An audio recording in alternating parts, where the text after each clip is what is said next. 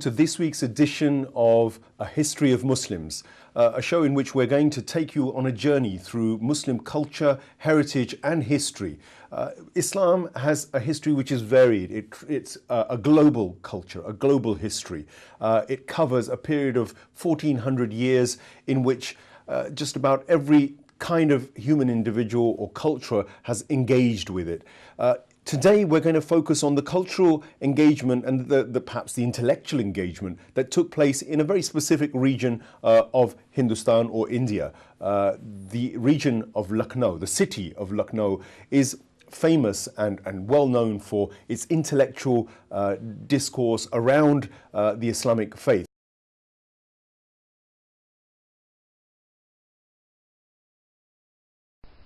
Ethereal, enchanting and exotic, Lucknow conjures up images of a society where the legendary etiquettes, adab and tehzeeb is still a way of life. Capital of India's most populous state, Uttar Pradesh, the erstwhile capital of the Awadhi Nawabs, has always been another word for cultural refinement. It is the land where the Urdu language was refined. Nestling on both sides of river Gomti, Lucknow pulsates with an unique Indo-Persian culture, portraying an impeccable blend of the ancient with the modern. But for the most tourists, Lucknow will always be associated with the splendor of the Nawabi era. Masufuddaullah's Rumi Darwaza, the founder's flamboyant symbol on the heart of Lucknow, stand under the fantastic giant gateway, heavily ornamented with stucco, and you just cannot overlook the grandeur of this exquisite archway.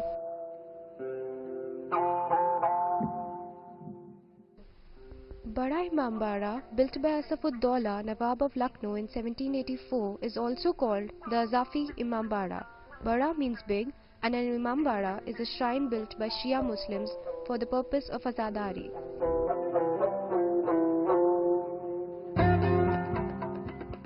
The Imambara is both the first and the largest of its kind in Lucknow. Step into the spacious central hall, measuring 163 feet, then the world's largest vaulted hall to stand without wooden supports.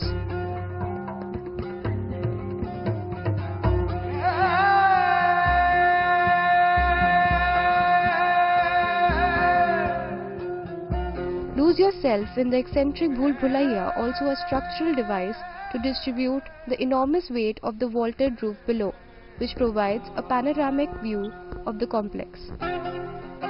Gift yourself a memorable time by visiting the Husainabad Clock Tower.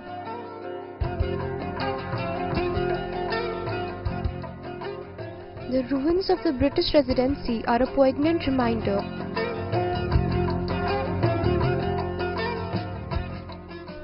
Lucknow is the hub of education and research, and many premier institutions are located in and around city. City has many universities, medical colleges, engineering colleges, management institutes, research institutes and schools.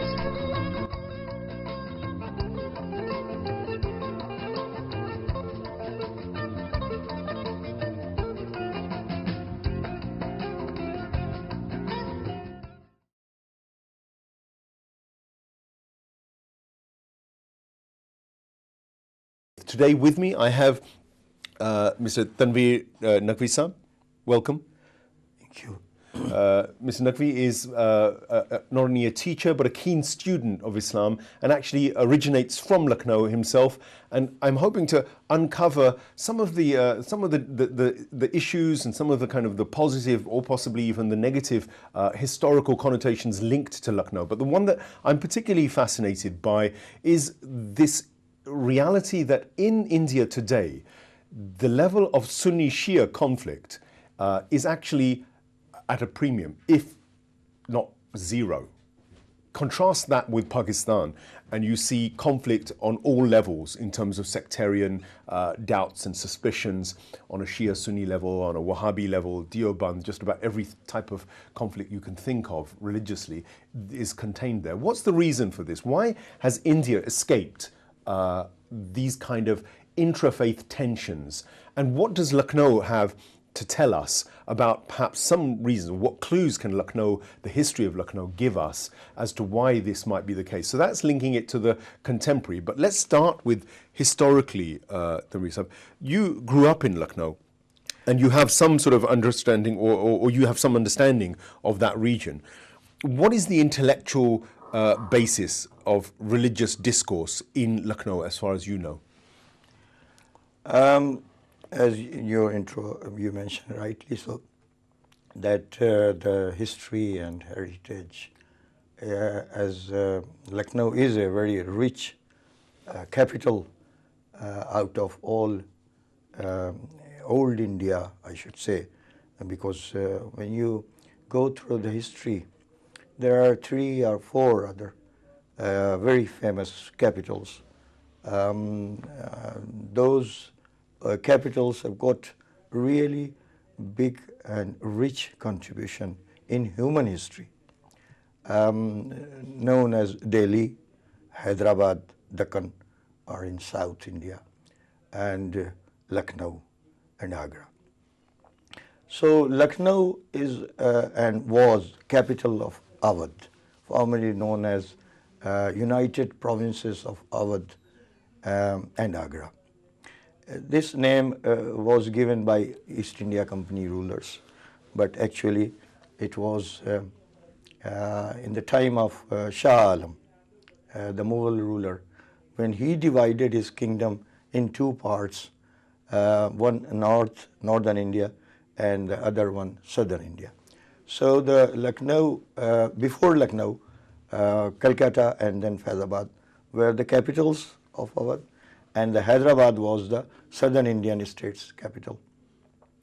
So accordingly, Lucknow became the capital of Awadh, and then the ruler's seat of Shahan Awadh, from Shujauddaulah to last ruler Wajid Ali Shah. And in this continuation, when we see Lucknow as a city of literature, city of culture, and a city of known in our known history, the last 150 years, it's a very rich culture, and there are 2 main sects known as Sunnis and Shias.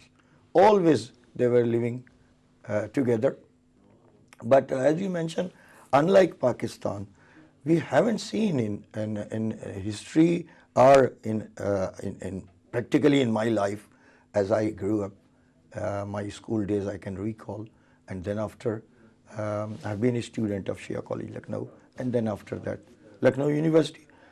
Never, you see, happened to be a Sunni Shia right or any disturbance or something like that.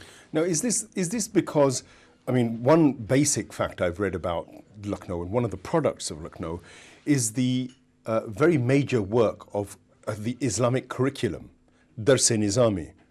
So Dars-e-Nizami, can you tell me a little bit about that in terms of how that evolved, and in relationship to the Shia scholars of Lucknow, how that relationship impacted the Sunni school of thought and basically their fundamental curriculum on the subcontinent?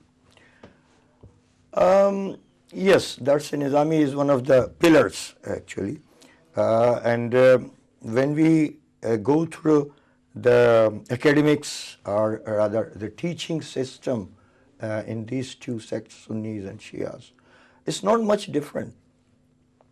Like when Wajid Ali Shah became the ruler after his father's death, he approved the grant both institutions equally.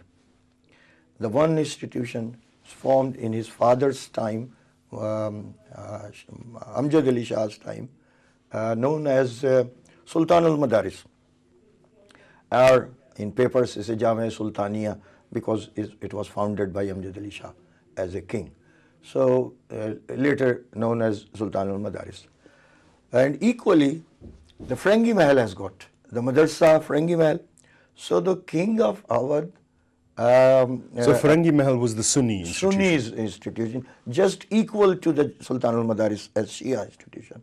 So the rulers always treated both equally. And that was the reason that sometimes I have seen in 1840s and then later on as well, that some Shia ulama were sending their sons and students to study for some time in Ferengi Mahal. In the Sunni school? Exactly. And some Ferengi Mahali students were coming in exchange to study in Sultan Madaris. So this is a great model. So that was the, I mean, I don't see anywhere the parallel of this. Only I have seen recently here that some American students during their 3 years degree course, for 1 year they come here and study Suez, and some Suez students went in American universities in exchange. So that sort of thing, I mean, I was surprised when I saw in history 100 years ago, or rather 140 years ago, this practice which we are doing in London. So here we've got, in Lucknow, Muslims from Sunni and Shia sides of the coin, intellectuals, scholars, the students, exchanging students and sharing knowledge. That's right. And I mean, in terms of today, the current rise of Saudi-inspired kind of Wahhabism, if you like, which actually emphasizes the differences. I'm fascinated to see how at that time, the Shias and Sunnis of that time had such kind of cordial relations and actually evolved and in a way which was mutually respectful. Who was responsible for that? Who were the key movers? Well, key movers always is the top line, or whatever you call the patterns of those institutions and whatever director levels, because they think in those terms. As we go through along the studies, what they were studying, like you mentioned Mullah Sidra. Obviously, when we study philosophy in our madrasas, whether it's Dars Nizami or whether it's Sultan al-Madaris or any Shia institution, we study the same philosophy. I mean, the same books, the same writer, the same philosopher we study. And as far as the usul is concerned, well, the fiqh Jafari and fiqh Hanafi, sometimes I have seen in Qom that they always, a person is there who can give us a comparative study, which is very important. And similarly, I find some students in my student life in Ferengi Mahal who were studying fiqh Jafari. So that sort of spirit is that spirit of unity. In Pakistan, in comparatively, when we see that they call for unity, but in practical terms they are nowhere. That is the difference initially I find. In Lucknow, the essence of unity was study each other's subject and books and try to understand them, rather than argue for nothing. I mean, those things are at a scholarly level for top brass to think about it.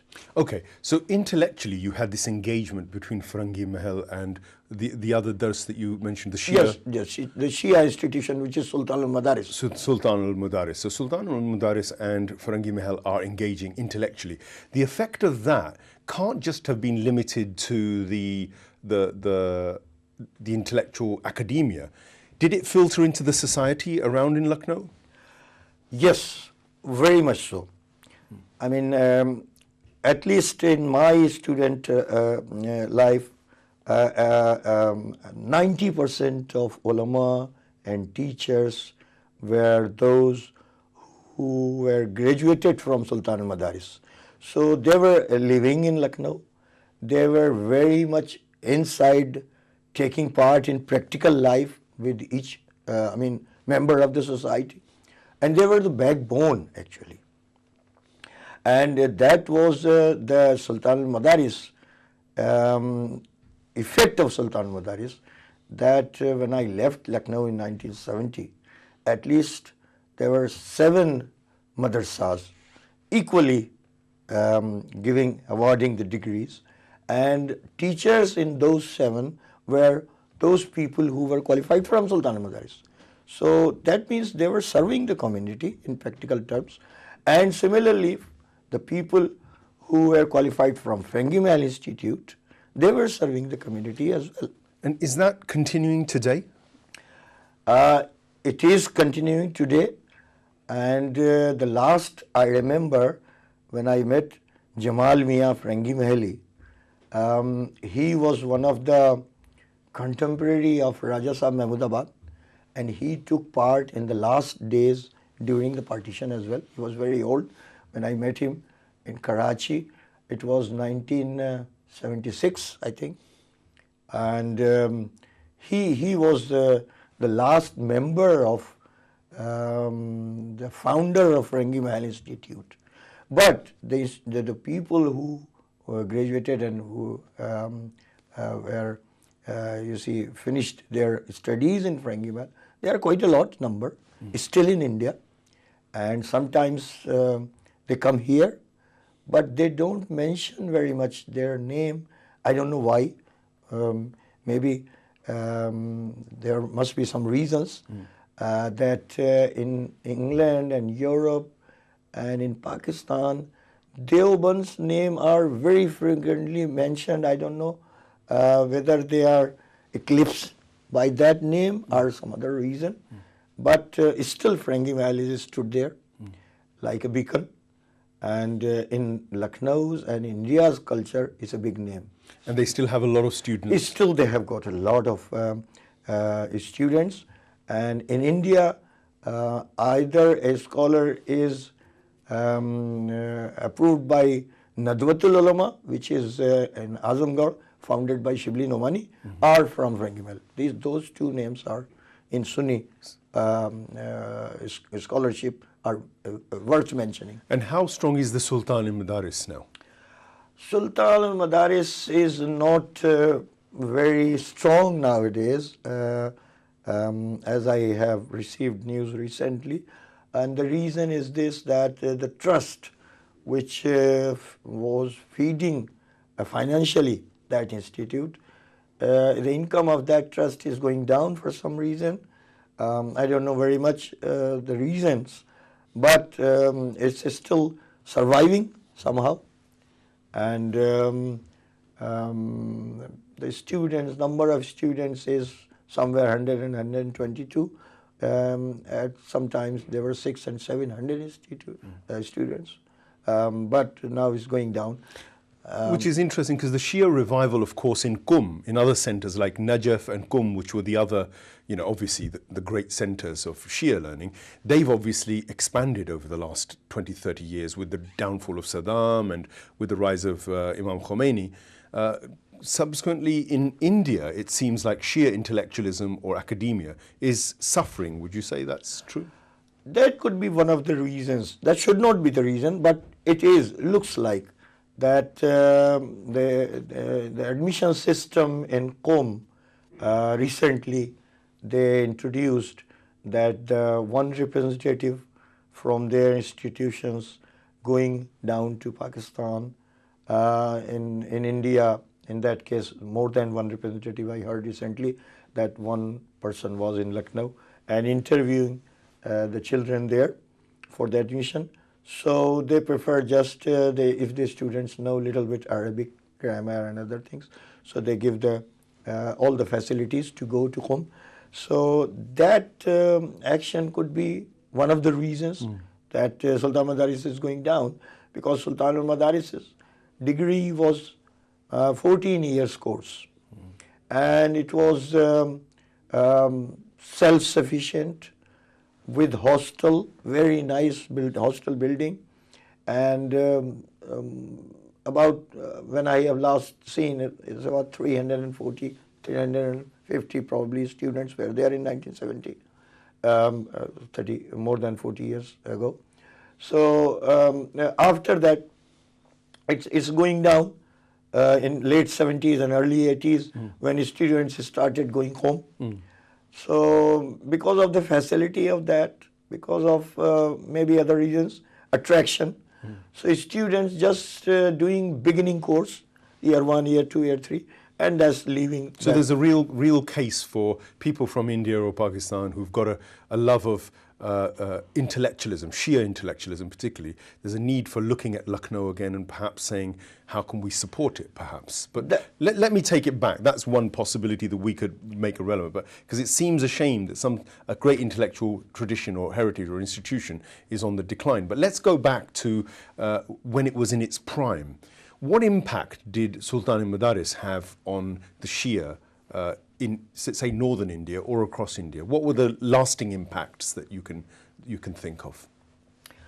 If I can remember, the impact Sultan Madaris have got in Shia community all over the India, that in first part of 20th century, up to the partition, you can say, no single scholar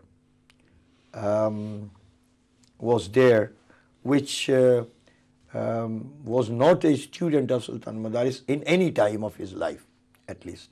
That was the. And apart from academia, Sultan Madaris was training in oratory, which is one of the important things in our practical life. If you can have a degree, but you cannot serve a community, 50% you cannot do anything, I mean, for your community, because addressing always was important in our nation. So can you name some of the greats, some of the people who have emerged, and some of the work perhaps that they gave to the community? Yes, in late 50s, those famous scholars came out of that Sultan Madaris institution. Was Maulana Mohsin Nawab Sahab, Maulana Sayyid Kalbe Abi Sahab. Nowadays, difficult for some people to know Maulana Sayyid Kalbe Abid, rather, I mean, just other than it's a name, but it's not. He was big brother of Maulana Dr. Kalbe Sadiq. So, and after finishing that, he was appointed, as I remember rightly, examiner of Sultan Madaris, and he served about 30 years until his death in this position. And after that, other names, you see those scholars, Maulana Mohsin Nawab Sahab. He was serving in other Madrasa-e-Nazmiya, which is after the Sultan Madaris, the second important institute, and is still surviving. Where's that? In Lucknow. Oh, that's in Lucknow. In Lucknow. Okay. It's a different part of Lucknow. And it's a history behind that as well, because the first Sultan Madaris was founded by the king, and Madrasa-e-Nazmiya was founded by the Prime Minister of Awadh. So that was the only difference. So it was called the second institution anyway, and it still survived. Still, students are there. And any works, any writings, any books that you can recommend that have emerged from all these great scholars? Yes, why not? I mean, the books and the scholars out of that Sultan Madaris, and I was coming to the Madrasa-e-Nazmiya. Madrasa-e-Nazmiya produced a lot of, you see, famous people. Sure. Namely, recently, Maulana Sayyid Zishan Haidar Jawadi. He was a student of Madrasa-e-Nazmiya, and then he went in 1963 to Najaf, and after 10 years, about 9-10 years, when he came back, he served until his death in India, not only India but Middle East, namely Muscat, Qatar, Dubai, Abu Dhabi. He lived about 10-11 years of his life in Abu Dhabi. So other than those people, Maulana Sayyid Ghulam Askari, marhum, Maulana Sayyid Karrar Hussain, marhum, and those were the people, and those or those people who left for us very, very important works behind them. Maulana Sayyid Ghulam Askari Sahab marhum, he was one of my teachers, and he left about 3 or 4 books, but one is very famous, name is Pyas. Yes. Pyas. It's a very famous book, And Maulana Sayyid Qarar Hussain Sahab Marhum left about, I think, 3 or 4 books. One of his books is milestone, actually, in our history books, is the life history of Khadija Tahra. And the book title is Malikatul Arab, the Queen of Arabia. And it's very famous, and it's still in ulama in all over the subcontinent, India and Pakistan, say that no parallel we can find in Urdu writings. The book in history like Malikatul Arab is very well researched and very good way of writing. He mentioned his research work. Another legacy, I mean, that's a great, it's a very basic summary, and we'll go into this perhaps in later shows, go into more detail of the works and the legacy of the ulama who've emerged from Lucknow and the various schools there.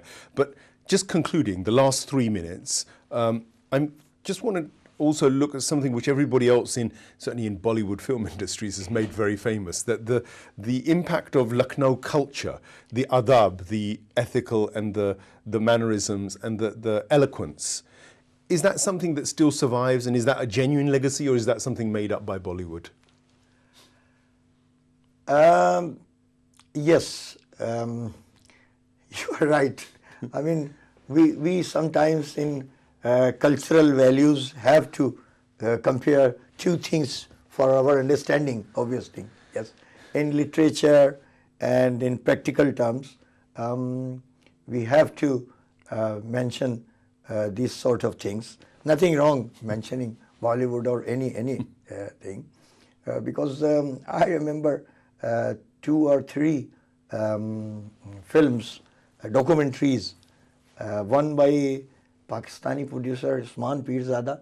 He mentioned partly in his film what Azadari is, what Zakri is, our Zakri, what we do on members, and 1 or 2 Indian film makers, because personally I use that Indian films clip in our teaching in Suez. When I was giving lecture on cultural history of subcontinent, I mentioned that clip to our students. It's rather very easy sometimes to understand when we practically go through with the clips of certain films or any documentaries. So to show that it's still the legacy exists. And as you mentioned rightly, probably in next episode we will continue. Sure. But the culture, the actual etiquette and the way people behave in Lucknow was manifested as quintessentially an Islamic manners, class in Islamic manners and etiquette. Would you say that was a reality, or is that just something which is a figment of the imagination of It is a reality, and when we go through in our episode, probably we'll be discussing that you see, academics and top brass of Hindu cultural values are very much under effect of our literature. I'll be giving you some examples of poets and other practical lives. Thank you very much for joining us for this edition of History of Muslims. We will continue this theme of the Muslims of India and look into the achievements both culturally, intellectually, as well as politically perhaps and beyond. But that was our first offering. We look forward to seeing you again to continue this particular discussion. And in future episodes, you will see us journeying through not just India, but many other Muslim cities and lands where great thinkers have evolved and great Islamic cultures have evolved. Assalamu alaikum, Khuda Hafiz.